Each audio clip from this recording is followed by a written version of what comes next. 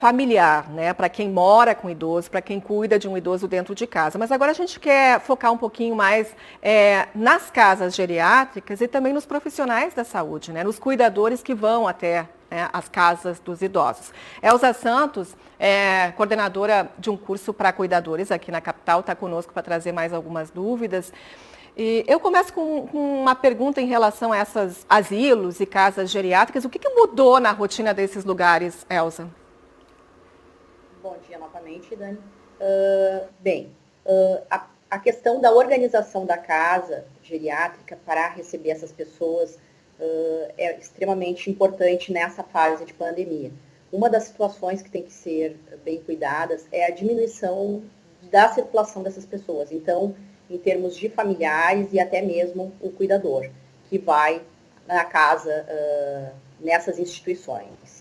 Uma outra situação é que eles têm que passar pelos mesmos cuidados que a gente já falou anteriormente de higiene, desde que chega na porta da instituição, questões de calçado, questões de lavagem das mãos, né? Evitar adornos, procurar utilizar o cabelo preso quando tiver o cabelo solto, e o distanciamento do idoso, né?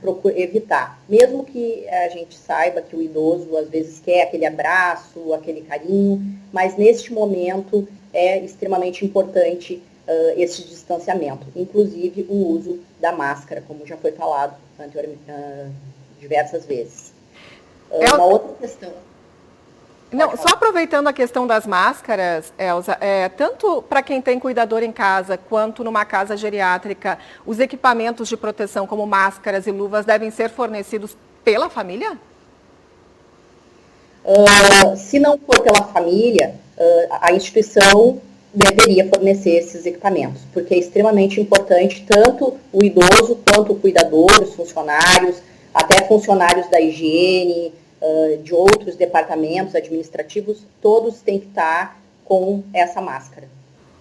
Elza, Desculpa, mas tem uma questão muito importante que muitos idosos relatam, por exemplo, né? Toda essa questão agora tem que ficar em casa, não pode sair, tem a questão do isolamento.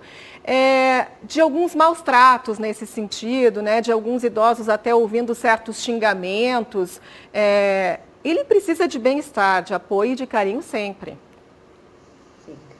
O idoso precisa, né, de carinho, as pessoas que vão trabalhar ou que estão em contato com o idoso têm que gostar muito de trabalhar com pessoas idosas, tem que ter muita paciência, né, requer um trabalho que tem que ter muito amor, tem que ter muita dedicação, além do que o idoso ele tem que ter cuidados especiais, né? Tem que ter cuidados diferenciados, como, por exemplo, justamente essa questão da saúde deles. Tanto é que é um dos grupos, é o grupo mais afetado em função dessa pandemia, né? Que está ocorrendo. Então, procurar ter muita paciência com esse idoso, até porque ele está já distanciado, está mais solitário. Então, procurar atividades que integre esse idoso. Como foi colocado antes, fazer videochamadas com famílias, com familiares, proporcionar atividades que o idoso possa participar e que seja de entretenimento, do agrado do idoso, todas essas coisas, e principalmente ter afeto, ter carinho, a família também, onde puder mandar mensagens de carinho e de afeto, explicando para esse idoso que é só um período, que logo vai passar, mas que é importante esse distanciamento para a saúde dele e de todos. Elza, para a gente encerrar aqui, eu prometi que a gente falaria sobre uma questão que é muito importante. O que a gente tem que ficar atento na hora de contratar um cuidador ou uma casa geriátrica?